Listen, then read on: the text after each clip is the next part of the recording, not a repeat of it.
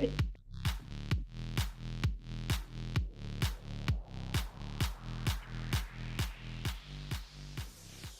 everybody. Welcome back to our newest season of the Chippy Chicks. We are all ready for another hockey season. Today was the first exhibition game for the Jets, so I was pretty excited about that, except I didn't really get to watch much of it. I am Kelly Jameson, and I'm with Melanie Ting, Stacey Agdern, and Fortune Whalen, and usually Danica Flynn is here with us, but she is away getting married. So I guess we'll allow that, and we will hear all about her wedding details next month when we do this again. How was your summer, everybody? Good. Good? Yeah. Nothing exciting? Any trips? I went to the local bookstore in the next town over and I got to hang out with Zoe York. That was fun. Oh yeah, Yeah. that's And cool. then I sent you guys pictures of that. I got a whole bunch of her stickers. If you guys get her stuff, she has some really cute ones that are like, I collect hockey boyfriends. Cute. Gonna have them on here. And then I also participated in the summer reading game, which I always do with my local library. And I won. I read 11 books and I won a prize. So Cool. support your local library. Is the prize Awesome. a book? Pardon? Is the prize a book? So you can, our library does a whole bunch of different prizes for the adult. So there's like the kids one and the adults one. And for every challenge that you finish, you get a ballot. And then for the adult prizes, you can choose. So last year I won like a gift card for a restaurant. And then this year I won tea from like a tea house. Oh, nice. And it came also with a book. So read books, guys. That's awesome. Yeah. How about my story? Oh, I also got a new job. So yeah, I'm pretty excited about that. I went to London for a week. Who did you? For a book the event? Rare Book Fest or book event, whatever. So that was fun. And I also have great news, like not book related news. My daughter got engaged. Yay! Yeah, she's gonna get married next year. I'm so happy for them. Oh, that's great. That's Yeah. wonderful. Tell her Yeah. congratulations. Oh, good. Yeah. Um, Nothing else exciting? I went to Toronto. I mean, I haven't been for like at least 5 years, so it was Yeah. fun to go. Yeah, I was just went to like a cottage with a couple of girlfriends. Oh, And, nice. so it was cool because I actually managed to visit a couple of places that I've put in books. Like I needed a small town for a hero to come from, and my girlfriend said, "Oh, use this town," but I had never been there, so we drove there and I took pictures of the arena and Oh, everything. So I'll post it next time cool. I talk about the book. Daisy? So I started the summer in May in Islanders country for the Gold Coast Book Festival. I was able to see Islanders fan Jeannie Moon there. It was awesome and just great fun. And then I ended the summer in Norfolk Admirals country where I visited my best friend and her sister and just hung out and had a grand old time.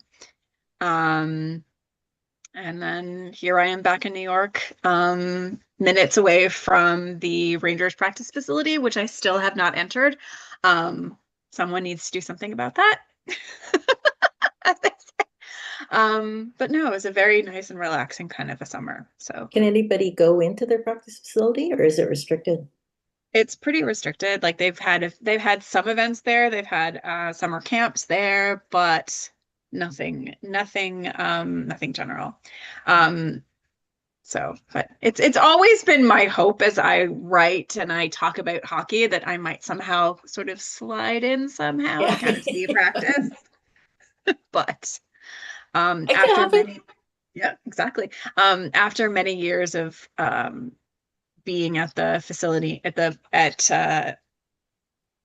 kind of an amusement park in Rye, for lack of a better explanation.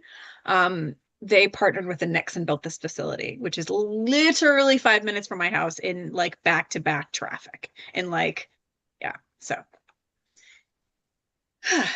anyway. Okay, well, we're barely into training camp, but there's already lots to talk about, so let's get into it. And remember to like this video and follow us on YouTube so that you'll know when all our new videos come. So what do we got to talk about? First of all, let's talk about predictions for our team. We'll have to get Danica's predictions for the Flyers next month, but let's see what we all think is going to happen with our teams this year. How about you, Fortune? Will they make the playoffs? Will they make the playoffs? I don't know. I really hope so. I feel like like I said, the last couple of years with Craig Conroy kind of like at the helm, they're really building for longevity. I feel like there's a lot of I feel like the guys like all like each other, and after kind of the whole last year with Goudreau, I think that might have helped gel them a little bit more. I don't. So Mackenzie Weegar got married this past summer, and there's like photos of the pretty much the whole team there, which I think is really lovely. Got married in Montreal. But I don't know, like, is building like a team for longevity still a thing? Like I saw Malkin wanting to stay a Penguin till the end of his career, but he was talking about Brad Marchand going to Florida and having like a rejuvenation. So I'm hoping they do something. I'm excited for them. Yeah, I think it'll be better than last year for sure. Last year was kind of a bit of a crazy start to the hockey season, I think. So hopeful for making the playoffs, which hasn't happened to me in a few years, but yeah. How about you, Stacey? What about your Rangers? Let's see. I'm not sure. I'd like to think they make the playoffs, but I know that we're going to be talking about some different issues that have been happening within the Rangers organization in the next couple topics, so I will hold back a bit. But generally speaking, I think that it all depends on how everything gels. I think a lot about what Fortune said about how important it is for teams to bond and thinking about longevity. But a lot of things happened last season that kept a lot of that basically broke a lot of the bonds that had managed to form. So we'll see what happens if they make the playoffs. Okay, Stacey, I'm just going to call you out here because Sure. this is the third year in a row that you have not made a prediction. You're like, oh, Yep. I'm not sure what's going to happen. This could happen or that. Like making a prediction means you have to like put yourself out there and say yes or no. Okay. Yes or no? I'm marking it down. Okay. I'm gonna say yes. Okay. They actually pull it off. Okay. How long they stay, who knows? But they're gonna make it. That's the other thing, yeah. Okay. Good. All right. Good. Well, how about you? How are the Canucks doing? The Canucks did nothing but depress me over the summer with the things they did. So I'm going to say no. They were the exact same team that did so well 2 seasons ago, did terribly last season, and had lots of, if we're talking about team chemistry, just a ton of dysfunction on the team. And we're going to talk about JT Miller, but he and Elias Pettersson apparently were in total conflict, which we talked about last season on the show. Yeah. So a lot depends on how Pettersson performs, but I'm not, the coach left. They picked up a player I'm not totally sold on in Evander Kane. And then we have a coach, a first-time coach. I just don't see that they've done anything. And we lost a player who was quite a good center and a utility guy who went up and down the lineup in Pius Suter. So I'm saying no. Right. Well, I'm going to say the Jets will make the playoffs. I don't think they will win the President's Trophy again. Oh, you never know. But I do think they'll make the playoffs. They've got Jonathan Taves. Have they got other changes there? Only a few. Who are some of the guys that we lost? I can't even remember. Mason Mason Appleton. Appleton. Kind of wasn't a huge fan of his anyway, so I'm okay with that. So they're looking for some of the young guys to be able to step up and hopefully like go through training camp. I'm watching that to see how these young guys do and add some new blood hopefully. And I think I can't even remember who else they added to the roster. There's a couple of veteran players too. So I mean I don't think they're any worse than last year. I don't know if they're any better, but even if they're no worse, they're still pretty good. So we'll see. And we'll check in with Danica and see what she thinks about her Flyers for the year. Well, and she's never very optimistic about them. We'll see. Well, they've got our old coach now, so.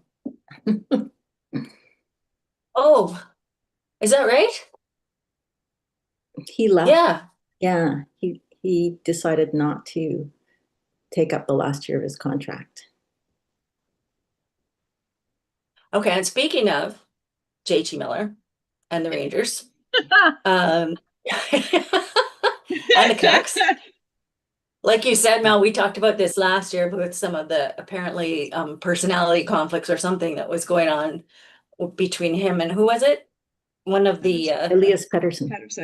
Pedersen, one of the Elias Pedersens. Yeah. Um, Forward. and so then he ended up going to New York, and recent news is he has just been made captain. What do you think of that, Stacey? So,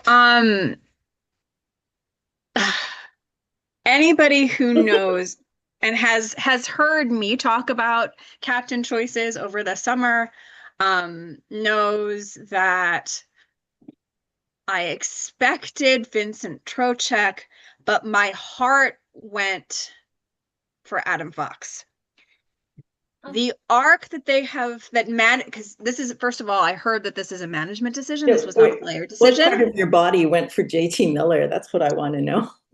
So here's the thing. Like, I wasn't sure what to make of it, but knowing that one of the many things that happened over the summer was that Chris Drury actually got some other people in his decision-making orbit, one of whom is Blake Wheeler, the recently retired former Jet and former Ranger. He is now on the staff, and yeah. Oops. Oh, Stacey's frozen. Yeah. Okay. Well, Mel, what did yelling at him? Oh, there we go. Sort of like attempting to talk some sense into the man when needs be. When you have JT Miller on the Rangers, it was pointed out that this was where he started his career. This was, where he started. This was where he was, granted he was sent off to Tampa and then Vancouver. So but you get the arc of this is where he started, this is where he's the captain, which in my heart is very similar to the arc that they would have had with Adam Fox in sort of like a softer, sort of more, a different sort of way, we'll say. Like the sort of like easy version of the Adam Fox arc is JT Miller's arc. The people who are more analytical and more focused on his arc and the team like the choice that I trust. So I'm going to watch things carefully. He seems to be like focusing on and like sort of making closer friends with Mika Zibanejad, who in all of these most recent comments has been discussing about how he misses Kreider. What I'm seeing a lot right now, though, is an attempt to bond with Mika in a lot of ways, and we will see how this goes. But also there's a brand new coach in Mike Sullivan, one of the other major changes. So like the chemistry, if the chemistry hadn't already changed by like by the firing of the coach that deserved it at the end of last season, Um, the new captain is also a sort of a function of what this new team is heading towards. So I think I'm very much a wait and we'll see how this goes. It seems very early on that he's like, as long as basically right now, as long as he doesn't come in with a Bible and start that Bible study nonsense, which we do not need at all, I will be fine. Because I've seen other teams do it, and I don't want to see that on my Rangers for a lot of different reasons. But anyway, right now I'm in a wait and see mode. Right. I think that because so many different things have changed, I'm okay with like this sort of changing of the image and sort of like starting from scratch in a lot of in terms of chemistry. We will see if he can do it, or if Trocheck and him will be leaning, one will be leaning on the other a bit more because Trocheck was the more established player here. But we'll see. I don't know. Which is one of the reasons why I'm like, I was asking Mel what she thinks, since she kind of went through that situation in Vancouver. Well, I mean, JT Miller's not one of my favorite players, but I can't deny that he gives like 100% on the ice. He works really hard, and but I would say the cautionary thing about him would be that when things go well, he does really well, but he's surprisingly sensitive for somebody who's as aggressive and almost bullying as he is. So if things start to go wrong, or if you question him or something, he will sulk, so I just think like it's great if the team gets off to a good start and everything goes well, but if it goes badly and he's getting the questions all the time, I could really see that becoming a problem. I mean, that's just would be what I think. But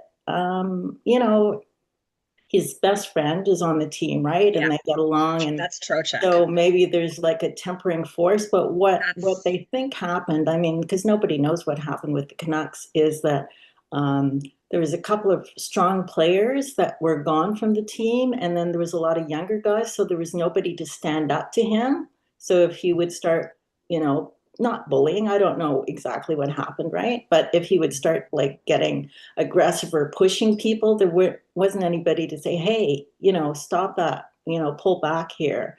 Where, there was maybe Tyler Myers, but before they had a couple of players, defensemen that were pretty strong, older, experienced, because he won't listen to other guys, right? Even the captain, Quinn Hughes, would probably be younger and less experienced, even though a better player. So that would be my caution. Like, I find it pretty interesting that the Canucks and the Rangers have so many crossover things that have happened. Like we switch coaches and then made a trade that. So you always want to, and we did the same thing, that had a really good season and then had a really terrible season last year. So I'll be really dealing with internal locker room drama. Exactly. I'll be interested to see what happens there.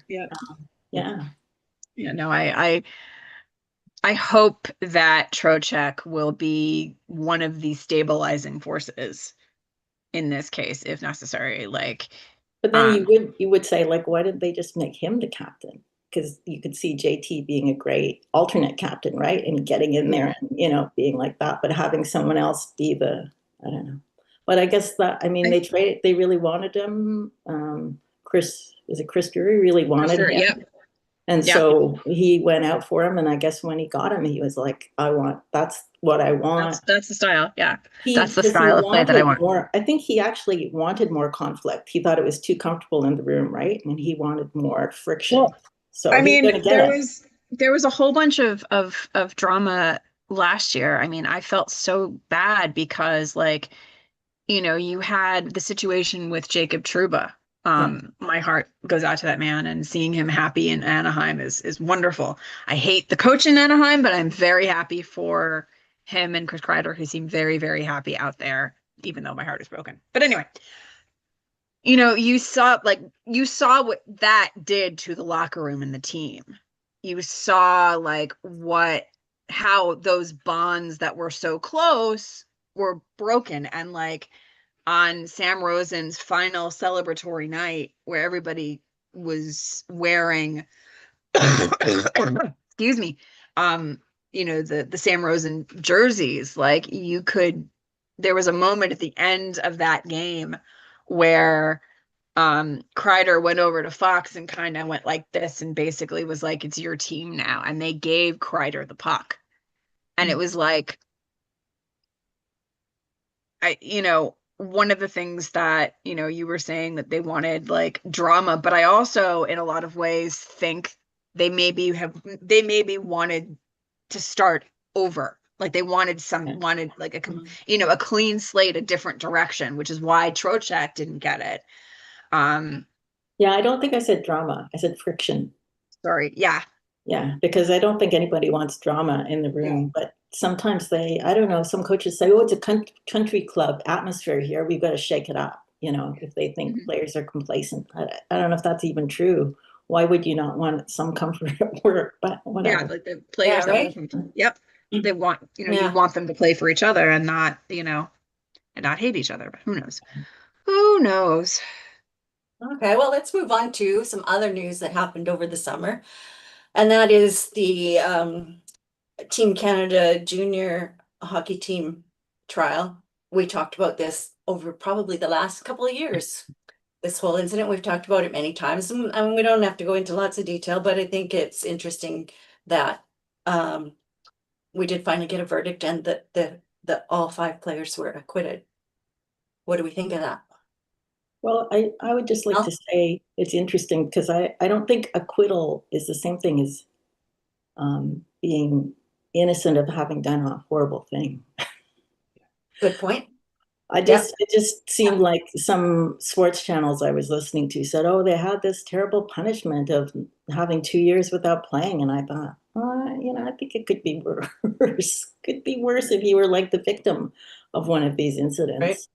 Right. So anyway, I had a long discussion because I was kind of upset when I saw the verdict and how the judge came down so strongly against the defendant. But I had a talk with my daughter, who's a lawyer, basically laid out the law to me and said she can't do anything if, you know, that's the letter of the law. But I said, yeah, but it's still like a horrible thing. She says, well, you can't like sentence someone for doing a horrible thing. So anyway, I was kind of upset like that. But I do think one thing that's interesting is that nobody's signed yet.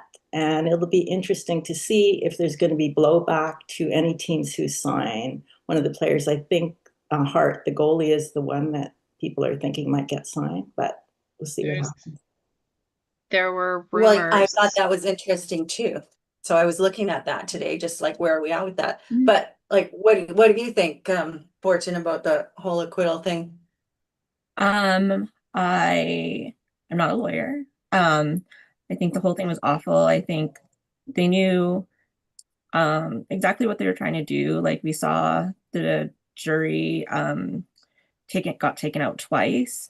I hope that just like the general NHL just does the right thing and show that there are consequences for these things, even if it's not in a court of law. But yeah, maybe you should lose your playing career because somebody has basically lost their life.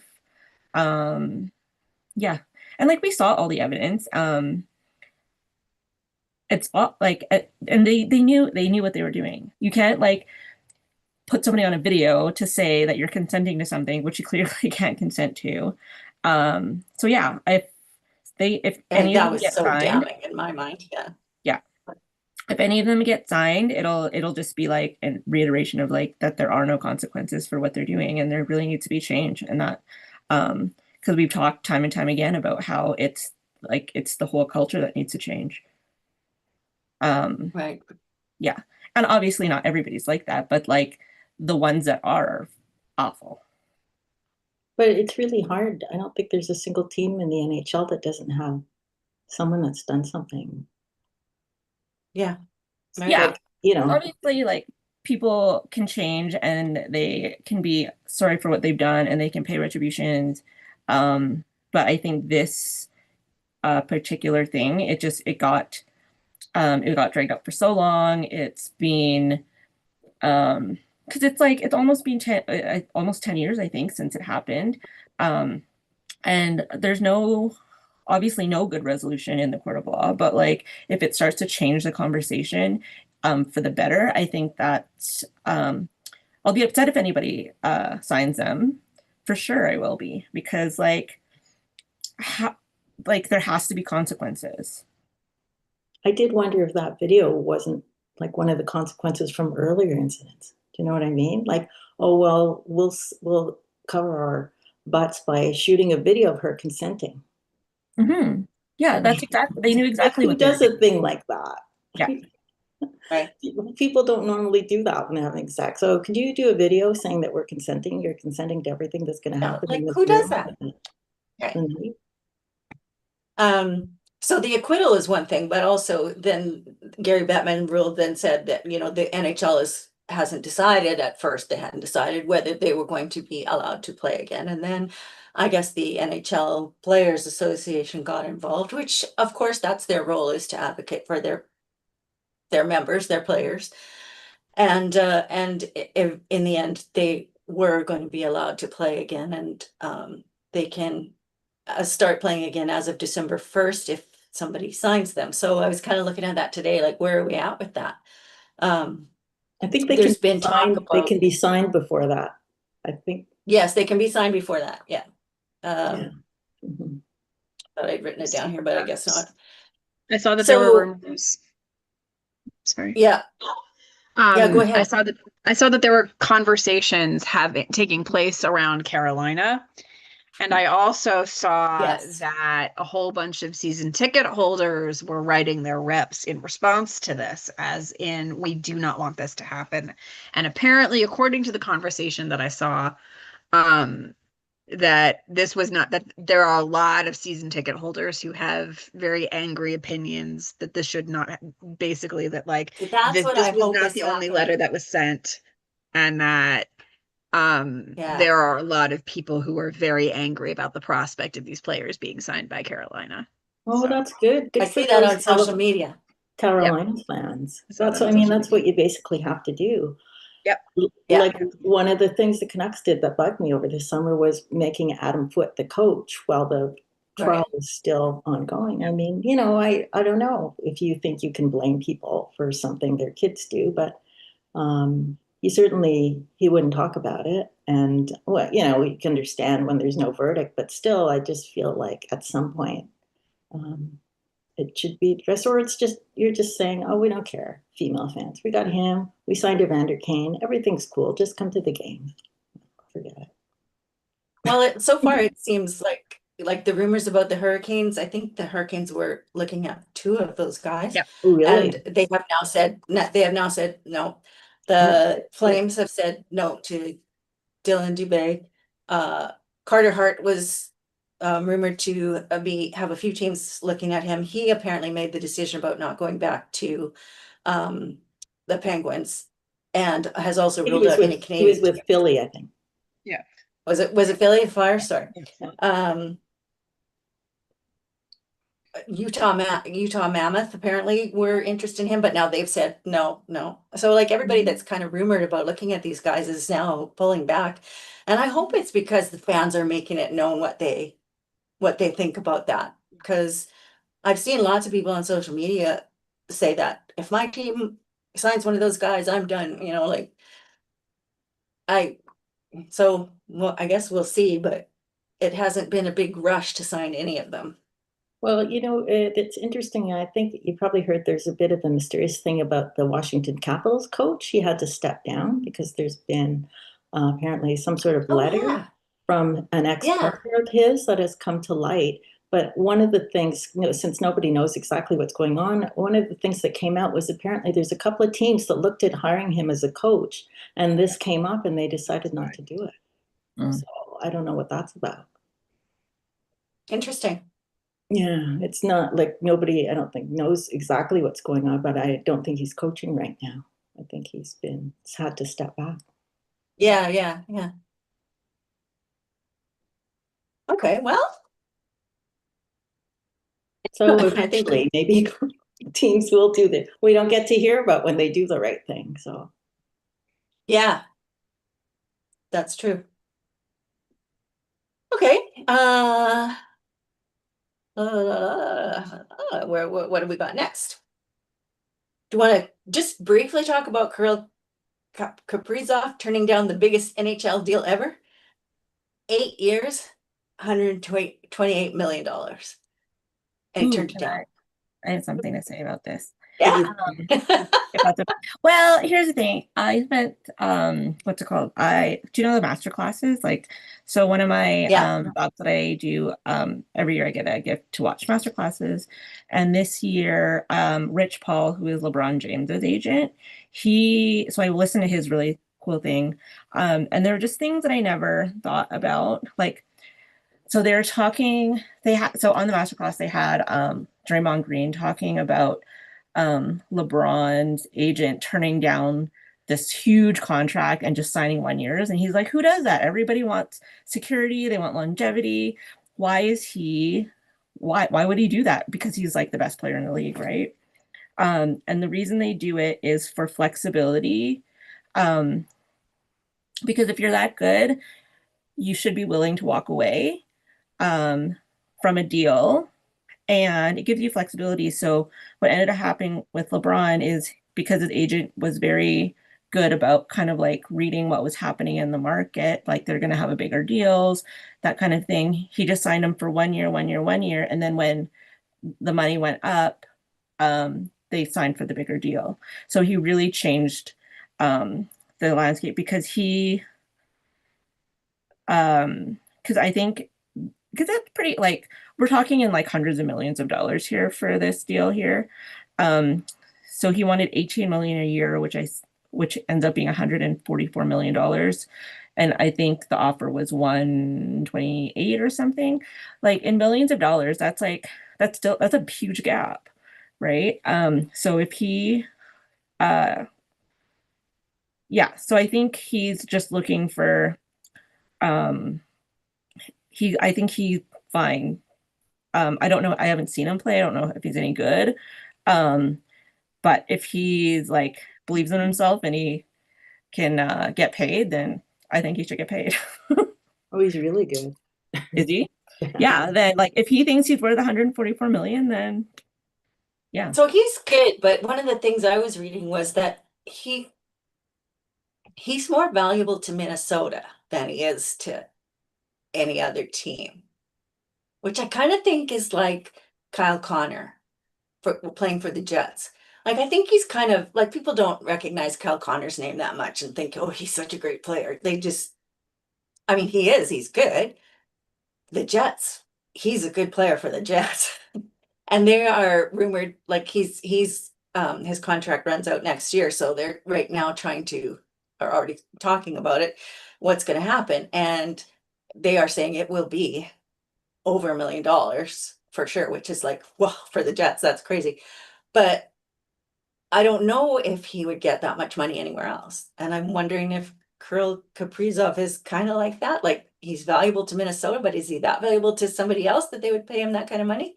I think I think he'd be valuable to anyone else. I mean, a lot of times maybe the Russian players, they think they're going to go to New York. They think he would like go in for Yeah. Panarin. And yeah, that they would pay him definitely. But I wondered too about contracts and the length of contracts. Is that you're pretty helpless if you have bad management, right? So let's say you're Connor McDavid and you want to win the Stanley Cup, but your team can't seem to sign like good goaltending, and you always think, oh, another year and we haven't fixed the goaltending, Yeah, or yeah, yeah. we didn't match the offers on the young players, and now we don't have anyone coming up. So you might like look down the road, and this is totally happening in Vancouver right now because Quinn Hughes is going into the end of his contract, and there's questions about if he's going to stay here if he's going to go to another team, if he's going to join his brothers in New Jersey, and everyone is panicking because he is like the best defenseman they've ever had. But can you blame them if you look down and you think, God, these guys have like spent all their draft capital trying to get a good team, and we haven't even, gone to the conference final or anything, or you don't see like what's going to happen next. And so you think, I'm not going to sign here and spend the next 7 years doing the same thing over and over. I want to win. So maybe if you take Yeah, a good shorter point. Yeah, contract yeah, or whatever, you can win. yeah, yeah.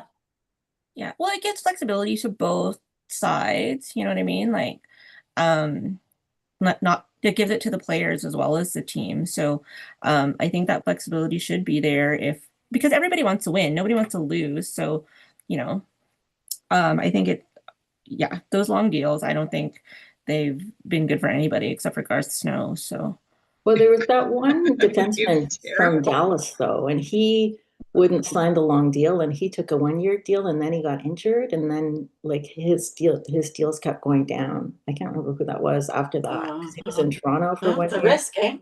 Yeah, so like with injury, it is a risk that you're not gonna. Also, like what you guys were saying in terms of like a player who is good in a geographic market and what they will do. Like there's always that, and I'm gonna bring this in because I think I'm thinking about this constantly. So like the Yankees either traded for or signed a free agent by the name of Devin Williams, who is a closer. He was like the best closer ever in the history of the universe in the team that he was playing for. He is terrible.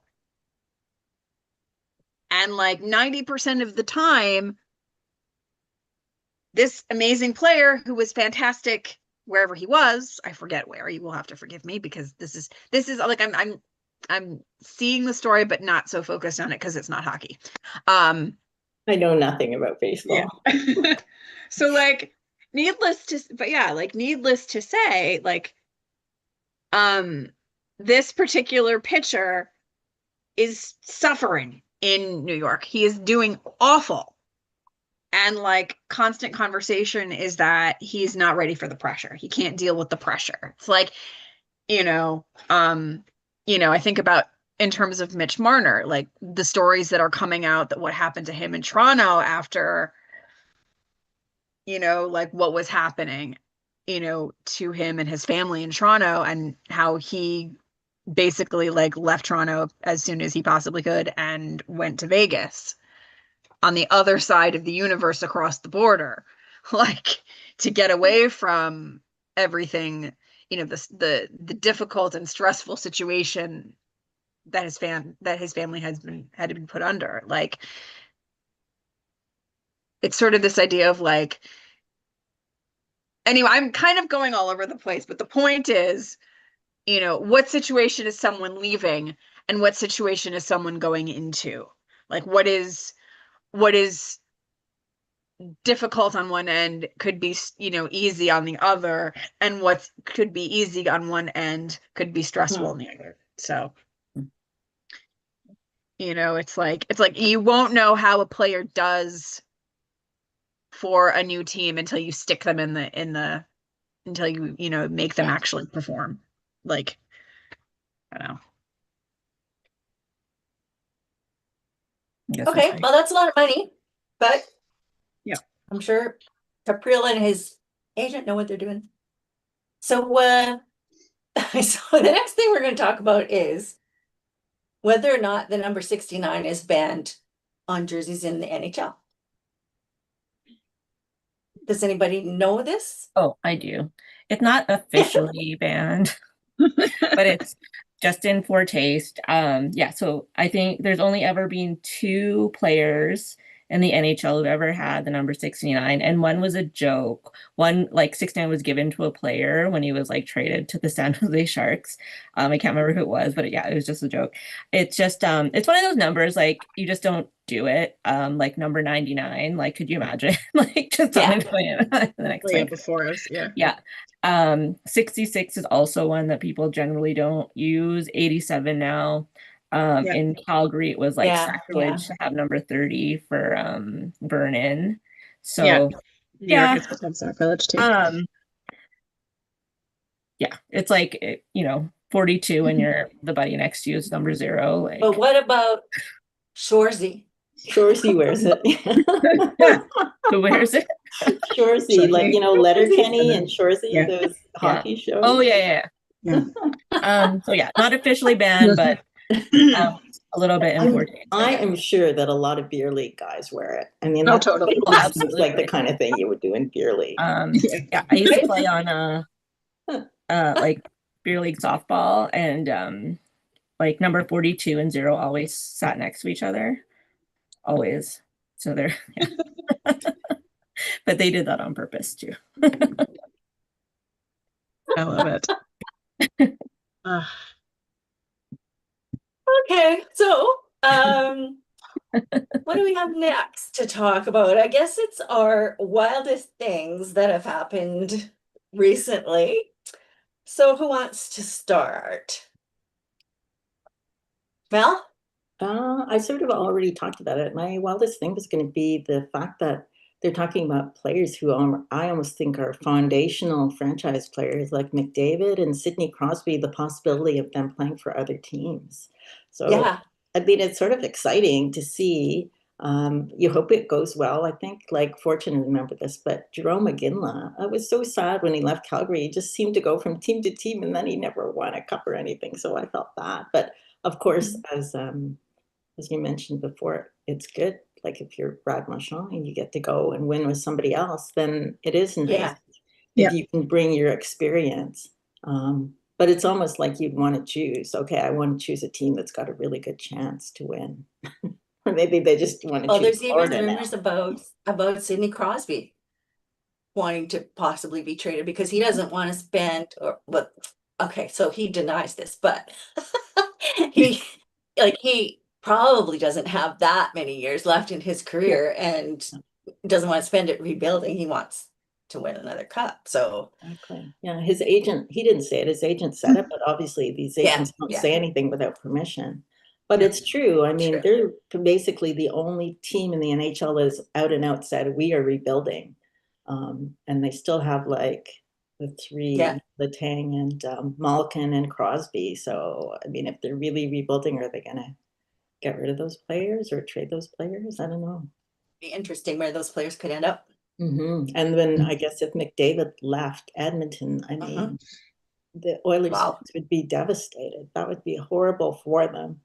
But I do think that he's maybe looking at that management team and wondering if they're doing the right things, because he's pretty much at the peak of his playing prowess. So is that where he wants to be? How about you, Fortune? What's your wildest thing? Oh, it did you see it? I put it in the chat. So a couple months ago, the Kraken were up in Alaska filming some promo videos, and a bear came after the Kraken, a real bear. A grizzly. And the bear. A grizzly. And grizzly bears, especially in Alaska, are giant, and they're scary. And the reason I put it up there is because it's shoulder season now where I live, and we've had an insane berry crop here where I live, and we have the most black bears in like just 20 minutes away from where I live, the most black bears per capita. Like they're smaller bears, but they're still bears. So having this on film is insane. So do you guys want to watch the video? Let's see. I have it. Dun, dun, dun, dun. It was scary. I watched that. And I thought it was super scary. He obviously thought that, what is that mascot's name? The troll. He thought that what it is? He was a bear or something, because he was like running at him through the river. So I was like, oh. Yeah, and the thing is, like, what's it called? Like I probably see about half a dozen bears a summer here. I don't know if I sent you guys that video of like the bear from last summer that was just right in front of my house. Well, it's the same here. I usually don't see bears, and I've already seen, I think I've seen 3 bears this year, like hiking when I'm out, because I walk in the trails and they're like in the neighborhoods, they're knocking over the garbage, but I haven't seen them. And one of them is huge. Yeah. So I And we almost walked right into him. We came off the trail and he was just right there. And we're like, yeah, well, normally they're just minding their own business. They're just trying to eat food. yeah, black bears are not like grizzlies. I mean, they're not. Yeah. So I put it in the chat. This was on ESPN. If you want. I've got all this advice I'm for gonna- you, how you're supposed to act. Like you're supposed to play dead with the grizzly, right? But you're supposed to try and scare the black bear. But I'm thinking, because my girlfriend I hike with said, you can't run away. And I thought, well, I No, just you did can't. it naturally. Back away slowly. I know. But yeah, black bears, you can just Scare them.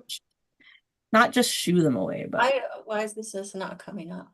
yeah, I don't know. You're supposed to like look big or whatever. I don't know. But I feel like try all like figuring grizzlies out look- like what to do when you're actually facing a bear. Like you just run away. Oh, maybe it won't play.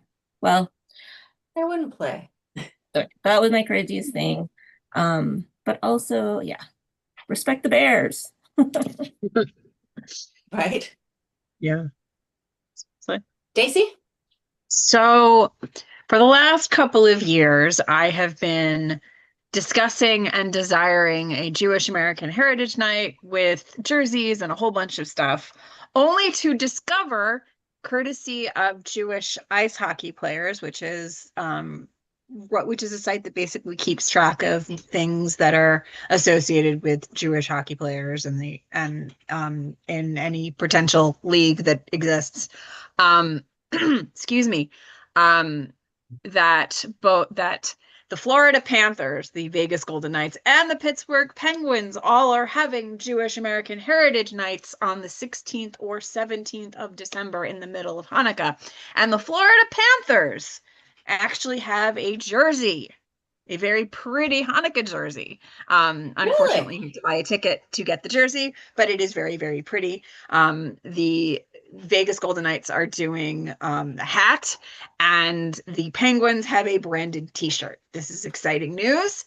I hope to see evidence of more teams having Jewish American Heritage Nights, whether it is during the Hanukkah season or whether it is elsewhere during the year. So, unfortunately, so it's exciting, and thank you, Jewish ice hockey players, for that bit of information. So That is Are you exciting. gonna buy a T-shirt or something? They're all associated with the T-shirt, and the hat are both also associated with the ticket purchase. Oh, okay. Both Pittsburgh and Vegas are doing the same thing, but that the Florida Panthers are doing the jersey. So that's exciting. I know I don't think that you can get them separately, but believe you me, if it were possible, I definitely would. Maybe But there'll be a secondary market. yeah. Mhm. I have discussed this with a couple of fans of the Vegas Golden Knights already, so we will see what happens. The Panthers, however, that jersey is pretty, but dear God, there is an Oilers jersey that I've been staring at for the last couple of years that has not that I have not purchased yet. I know. I remember you mentioning it at the time it came out. Still. So I go with the Oilers. They've got a good jersey, and I'm a Calgary Flames fan. Well, my wildest thing is not all that wild, but I did think it was interesting that the NHL and the NHLPA signed their collective agreement in the spring, and apparently it was so easy, and they've signed it even ahead of schedule, so there won't be any strikes, which I think that's just kind of amazing that everybody was so happy with what was happening, that they signed this agreement so early. And just a couple highlights from the agreement were things like there's not going to be any more fitness testing during training camp. Oh, nice. Not sure what I think about that. Training camp's going to be shorter, and there's going to be fewer preseason games. I think that's probably good. Like those preseason games. I mean, I guess it gives them a chance to see some of the newer players, how they actually play in a game. But that's probably a good thing. But the thing that got me was next year, under this new collective agreement, there will be no dress code. Oh, no. So they don't have to wear suits anymore. Oh, no. And Why do you think I there's guess no we'll see what fitness testing? happens. Hmm? Why do you think there's no fitness testing? Well, apparently, I read a little bit about some of the comments, and I guess it's done team by team. Like there isn't any standard NHL fitness testing, so every team does it a little bit different, and some teams do it well, and some teams don't do it well. And I mean, guys end up like puking their guts out because they're working so hard to show how fit they are. And these are like professional hockey players. Do they have to show how fit they are? I don't know. I So that's wonder if it's some of being the. used against them, like for playing time or something, if they think you haven't reported to camp in good enough shape. Well, Maybe. I used to work on the cruise ships. So I wasn't one of the dancers, but the dancers got weighed every Sunday, weighed. And then if they, well, it's the same thing, I think, as training camp. And if they gained weight, then they were kicked off the ship, like their contract was canceled. So Would I they think, put them on a I think little life raft and send them? Yeah. well, no, because we would be, because like, so on, like that was, ours was Sunday because that's when we, had new passengers come on. It's like they were 7-week cruises. Um, Oh, but yeah, it's the same thing. I don't think that it can't be good for somebody um like you guys said, they're professional hockey players. Like they've already proven that they're the best of the best. So they have to show up every year. Like obviously none of them are getting like ridiculous looking, but if they're not playing all summer, they're not going to look like they are when they're, in April than they are in whatever in September. mm. So I think it's good. I think it's good for the players. Well, I want to see how they dress next year now that they don't have to wear suits. A lot of the guys that were they interviewed, a few guys asking them their thoughts about it, and a lot of them were saying, "Oh, I'm going to wear my suits anyway. I've got these suits in my closet, and I'm going to work."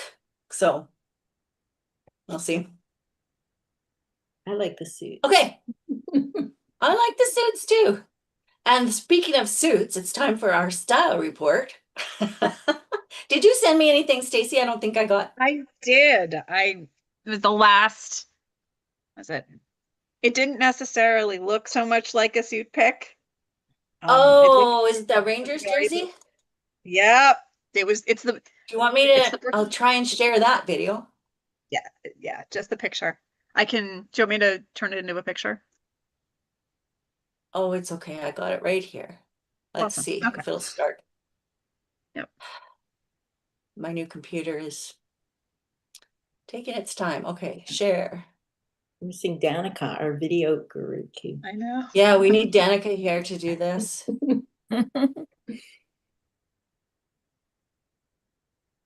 There were not suit pictures from our preseason game, but they did that was awesome. So There it is. Oh, A yeah. giant jersey. yep. Oh my God, it's huge. So here we have here we have the beautiful bridge in New York modeling the Centennial jersey.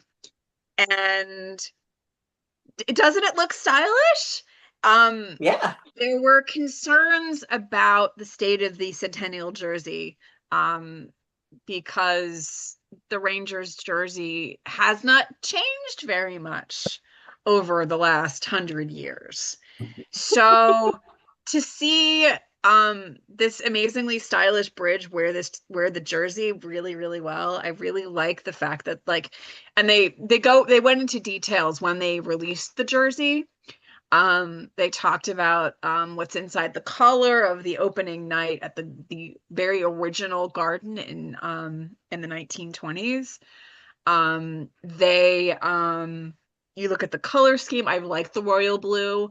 As people say, oftentimes I was not marked safe. I am staring at this and wanting one for myself because I just love the way the blue works.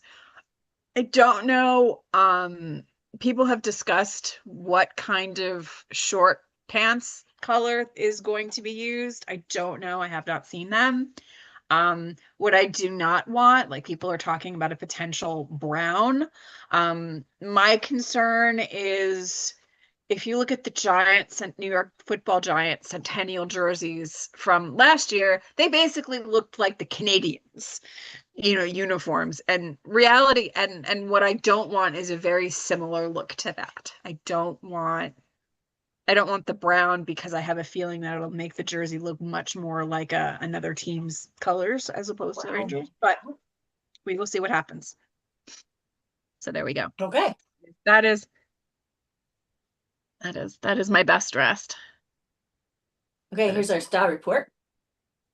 So with Danica gone, there's only 3 of us. Who wants to start the wedding picture here? Okay, that's I did that for Danica because she's getting married. That's why Kiefer Sherwood got married, and so I guess like it's normal. She had like 3 different outfits, and he had a white suit as well. But they had a very traditional, tuxedo, and she has a nice gown. But I just chose the hockey romance picture. There were lots of hockey weddings this summer. Yeah, there were. I was gonna say, yeah, I was gonna be like, oh, we should all do wedding pictures, but then I went Soda Thunder. So maybe next month we can do all wedding Yeah, photos. all wedding, and then pictures. we'll Yeah. get a picture from Danica's wedding too. Danica, yeah, good idea. I like can I go next? Yeah, go ahead, Fortune. Yep. Okay, so this was the rookies had a game and they all came out and they were all rookies, so they were very rumpled. Nobody wore a tie. But the only one that wore a well fitted suit with that, and he actually ironed it, it looks like. It was Carter King here. Did his hair, went with the didn't have giant headphones, just his little earbuds. Much appreciated. So what? None of the other guys ironed their shirts, and you could tell. Oh no! So if I'll send you guys this. So this picture is from a reel of all of the there's a whole bunch of them at Carousel, and this. I think he's the last one, but they're all shirts don't fit well. They're rumpled. Their hair's messy. Oh dear. But yeah. How are these young guys gonna learn? Stylist. I know. They're so young. I'll send it to you guys. Yes, please. Well, mine's kind of the same because these top left guys here are some of the Jets rookies that were playing in the prospects game against Montreal. So their first game of the season, and there were a bunch of pictures, and they were all dressed up nice in suits. These 3 guys, I was really only looking at the one in the middle, but the 3 guys are Jacob Julian. One in the middle is Braden Yeager, and then Colby Barlow. But I liked Braden's suit and matching shoes. That was really cool. I like that. Are those dress shoes or are those running shoes? They look like runners. Nikes. Yeah, they're the same really one. cool. Like the pandas. Yeah. Yeah, they're Nikes. Yep. Oh, wow. I like the other guy's shoes too, those light shoes. That looks really good with the suit. Yeah. With and they that wore suit, ties. The Flames rookies, none of them wore ties. Liking it. Yeah, so I thought that was a nice look. And I'm hoping Braden Yeager is one of the guys that makes the roster this year. I've heard of him before. Is he's a high draft pick for you? He was the one that they traded, was it 2 years ago for Rucker McRourty. Yeah. There was kind of controversy about him where anyway. We got Braden Yeager, who he was a high draft pick, but not for the Jets. He ended up, I think his first year after he was drafted, he still played in the Western Hockey League, and last year I think he was playing for the Moose, so we'll see how he does this year, but he's apparently very good. Okay, so that's pretty much it for tonight. Anybody got any books or anything that you read over the summer? Any hockey romances or new releases? New book out, and I don't know if you. Oh yeah, the Halloween one. A Hockey Halloween. It's an anthology. So there's 12 different authors, all hockey stories, and all the proceeds, no, we're not taking anything, go to World Central Kitchen. And Oh, that's This is awesome. like a limited time anthology. So I think after Halloween it's over, and then everyone gets their stories back, and I have no idea what I'm going to do with mine. So it's your chance. It's only, I think it's $2.99, $3.99. I gotta grab it. Yeah. And Haven't done it yet. yeah, it's great. And I've read, I think, almost all the stories except one, and they're all totally different. So whatever, you'll find something you like. Hockey Halloween is the title. Awesome. Anybody else got a book to share, release? Good hockey romance read? No. I have this one, which we might have talked about it in the spring. It came out June 3rd, so we may have already talked about it. Yeah. Keeping the Score. Which one is that? My first goalie book. Oh, your first goalie book. What, and where's that set? I don't think I've read that. I'm going to read that. Oh yeah. It's part of my New Jersey Storm series. It's the second book in the series. Oh, okay. Right. Actually, I think Okay, it might already so, be on my Kobo. Yeah.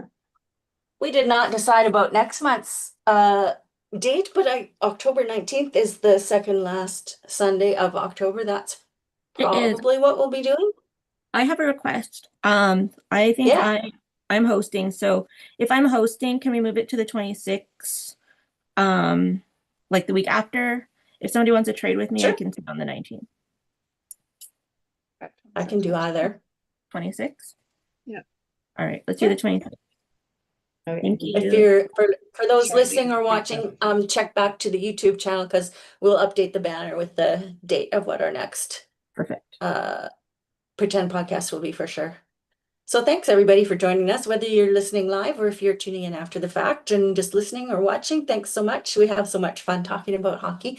And again, remember to follow us, subscribe to that channel, and give the video a like. And we'd love to have any comments that you have as well. So we will see you. Hang on. We'll see you next month. In October. And we'll have real hockey to talk about. Yes, just recently. Yeah, there will be.